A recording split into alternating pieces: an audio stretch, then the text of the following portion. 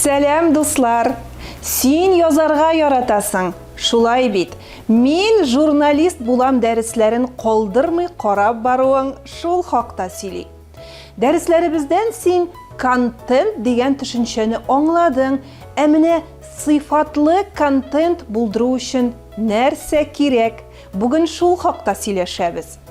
Абруйлы оешмалар кызыклы мәгълүмат җитештерүче яхшы контент-мейкерларга һәр вакыт мохтаҗ. Күпләр даими рәвештә талантлы авторлар эзләү белән мәшгуль, аларга әле яхшы гына бәя дә түләргә әзерләр. Контент-мейкерны еш кына контент-менеджер һәм SMM белгеч белән бутыйлар. Ә дөреслектә ул социаль челтәрләр өчен оригиналь һәм уникаль мәгълүмат әзерләүче. Контент-мейкер видео, текст, фото форматлары белән иркен эшли. Алар барлыкка китергән контент аудиторияда зур кызыксыну уятуга ниятләнгән. Бу исә күп санлы лайк, комментарий һәм репост дигән сүз. Контент-менеджер әзер материалны тарату белән генә шөгыльләнә.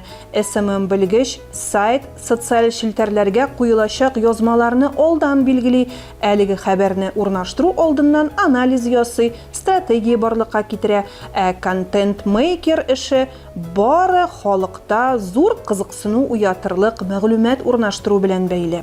Контент барлыкка китерүче ниләр эшли белергә тиешсең?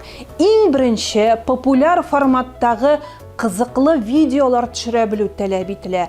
Фото һәм видео монтаж күнекмәләренә ия булу, төрле программаларда эшли белү сорала, аудиторияны күз алу, аңа нәрсә кызык икәнен билгеләү, социаль челтәрләрдә эшли белү дә кирәк булачак. Бу һөнәрне үзләштерүне нидән башларга соң? Башлангыч вакытта син контент булдыру эшен мөстәкыйль рәвештә дә башкара аласың. Иң беренче социаль челтәрдә үз каналыңны булдыру, видеолар төшереп урнаштыру, язылучылар җыя башлау кирәк. Син төшергән видеолар кызыклы булып, кешеләрнең игътибарын җәлеп итә башлый, подписчикларың арта икән, бу юнәлешне җитдирәк рәвештә дәвам итү юлын уйлый башласаң да була.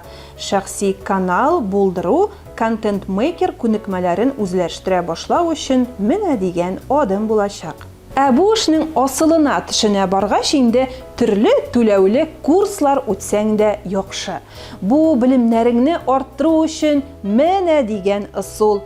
Анда сине сыйфатлы контент ясарга, дөрес итеп видео төшерергә, эшкәртергә өйрәтәчәкләр. Ә киләчәктә инде стажировщик сыйфатында үз эшеңне реклама агентлыклары, продакшн студияларда да дәвам итә аласың. Бу сиңа бик зур тәҗрибә һәм яхшы портфолио тупларга ярдәм итәчәк.